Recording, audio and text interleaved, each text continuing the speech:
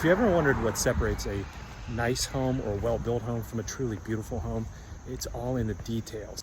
Just on vacation here, and I found this really cool shingle style beach house that's getting built. I think some of these details are super cool, like the fascia profile and even this curved roof. I've designed a house before that has that, but because it was the first time I had done it and I hadn't seen anybody actually frame those before, it was interesting to see these details, so I'll point those out. They site built this LVL, it looks like, out of OSB, and then they went and applied it back on the face of the building, and they're bringing effectively rafters back, and that's how they built that curve. They have a piece of 3/4 inch trim board that's proud of the main fascia board that kind of wraps that detail. So instead of doing a crown molding profile, they were able to elevate that and create that nice shadow line here.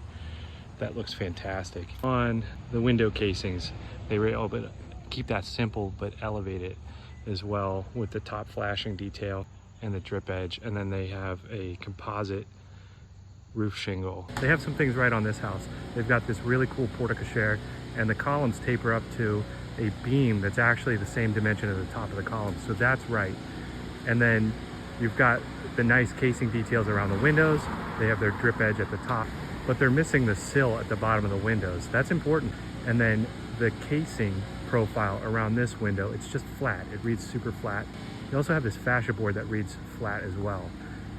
Overall, a very well-built home. They're using cedar shingles for the siding, which reads well, and they're using brick around here for the piers. One more view of this house, you can see how that wraps around. I also don't like the way they use bird boxes. That kind of cheapens the look of the house. They call those bird boxes, where the roof line comes down and it squares off so that you have a flat soffit. And that, to me, typically cheapens the look of the house. It makes it look more like a 90s house or a tract home builder. If you have a rafter tail that is exposed, or even if the roof edge follows the rafter, it looks a lot better. And this house here has rafter tails that come out straight, and you can see that.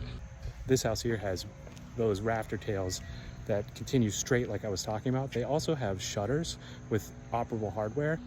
And across the street, you could see how they have this return. That's not a historic detail. I've done it on some homes, but typically something that's more modern. The profiles of this house read flatter. Just remember, the difference between a well-executed home and a beautiful home is all in the details.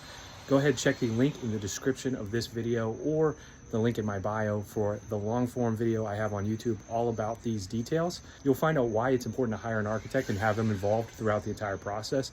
Details and execution. Remember that.